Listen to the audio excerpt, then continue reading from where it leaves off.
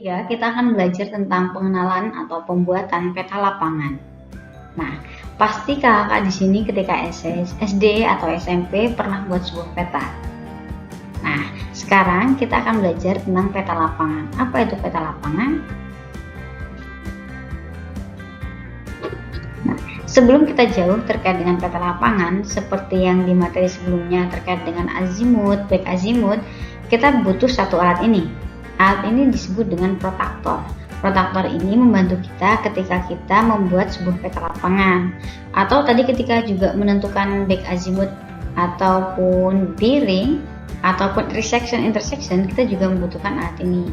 Alat ini mudah ditemui dan harganya cukup terjangkau di toko pramuka ataupun di toko-toko adventure lainnya. Nah, kembali lagi di satelit di Google Earth. Di sini merupakan peta atau peta dari satelit. Saya ambil di area Universitas Gadjah Mada, khususnya di lapangan. Di sini kita akan membuat peta lapangan. Saya ambil contoh 4 titik. Jadi titik pertama itu ada di tengah atau yang berwarna kuning. Ini titik A, selanjutnya titik B, itu kita memakai sebuah pohon. Titik C ada di area selatan pohonnya, dan selanjutnya titik D. 4 ini akan kita petakan. Ini akan kita petakan menggunakan peta lapangan. Kita anggap bahwa kakak berada di lapangan itu, dan di sini kita akan mencoba untuk membuat peta lapangan. Metode pertama ini sangat mudah, yaitu hanya menggunakan satu titik. Pertama, kita harus mengukur titik di mana kita berada. Saya contohkan titik merah. Titik merah ini adalah posisi saya berada. Saya berada di tengah lapangan tersebut, dan ketika saya berada di tengah, saya bidik di posisi A. Nah, ketika saya bidik A atau tadi upacara tadi, itu besarnya adalah 25 derajat. Nah, lalu saya menghitung jarak dari saya ke A itu berapa meter, dan setelah saya jalan atau 2 kali langkah, biasanya 2 meter, atau ketika kakak bawa pita yang buat meteran yang untuk mengukur jarak, itu juga bisa. Saya ukur OA, jarak O itu saya, A itu adalah yang dituju, itu 550 meter. Selanjutnya ini titik berdiri, akhirnya saya tarik 25 derajat menggunakan protaktor. Nah, saya tarik 25 derajat, itu berada di situ. Dan saya tariknya itu jaraknya 550, namun saya kecilkan supaya menjadi sentimeter. Saya bandingkan 1:100, sehingga di sini saya ambil 5,5 cm. Selanjutnya kita ukur lagi. Nah, ketemu. Setelah kita 5,5, terus saya tarik garis pakai penggaris 5,5 meter, titik A berada di sana. Selanjutnya kita mencari titik B atau tadi pohon ya.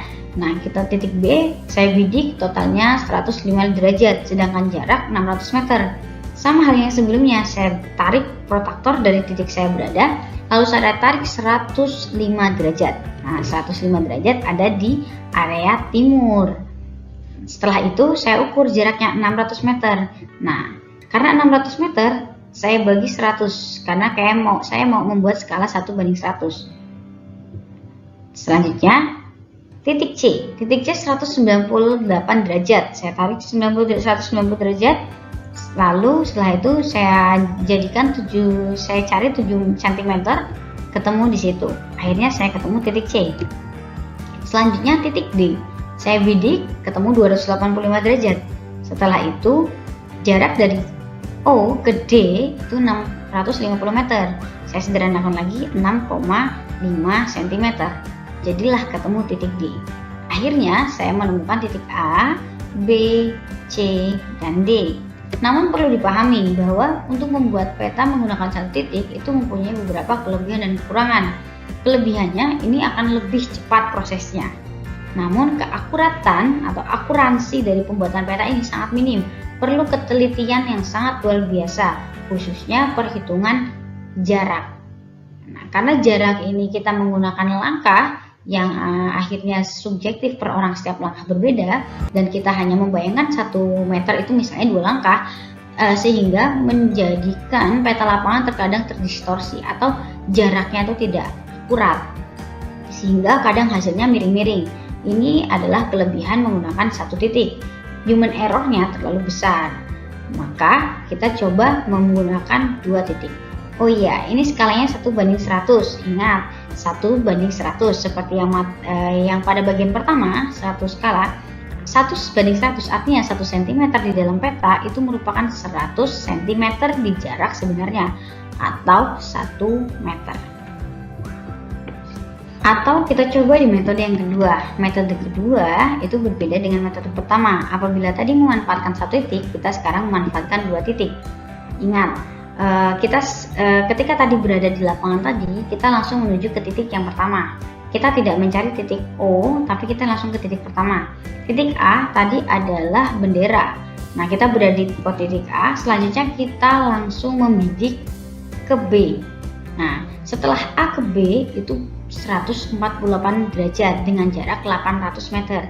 Sama seperti sebelumnya, kita menjadikan skalanya 1:100 sehingga kita akan memperoleh garis kita tarik 148 derajat. Nah, setelah kita tarik, kita belum menemukan apa-apa, sehingga kita langsung membidik lagi ke titik B. Tadi ke titik A ke B, sekarang A ke C. A ke C itu 200 derajat, sehingga kita tarik menjadi 200 derajat. Lalu A ke D, A ke titik D itu 228 derajat. Kita tarik, nah akhirnya ketemu.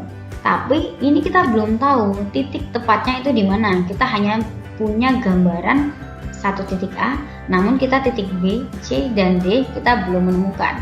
Lalu bagaimana selanjutnya? Nah, kita sudah menggunakan dua titik. Kita baru menggunakan satu titik. Nah, metode ini menggunakan dua titik, sehingga kita melihat jarak dari A ke B. A ke B berjarak 800 meter. Ketika kita skalakan menjadi 8 cm. Nah, selanjutnya kita akan tarik dari A ke B itu sebanyak 8 cm. Nah, setelah kita hitung, maka kita temukan itu merupakan titik B. Setelah kita mendapatkan titik B, bagaimana caranya kita mendapatkan titik C dan titik D? Kita tidak berjalan lagi, tapi kita memanfaatkan bidikan ke C dan ke D. Selanjutnya saya akan kita akan membidik dari B ke C. Jadi kita yang awalnya membidik dari A, sekarang kita membidik dari B. B ke C kita bidik yaitu 240 derajat. Nah, kita langsung menarik garis dari B. Ingat, protaktornya diletakkan di titik B, bukan di titik A kembali. Kita taruh protaktor di titik B, selanjutnya kita tarik menjadi 240 derajat.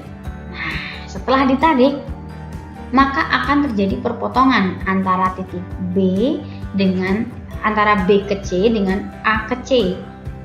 Ketika ada perpotongan itu, maka itu kita sudah menemukan titik C. Dan selanjutnya kita bidik dari B ke D. Ditemukan 285 derajat. Kita tarik dari B 285 derajat. Dan ketika kita tarik, maka akan terjadi perpotongan.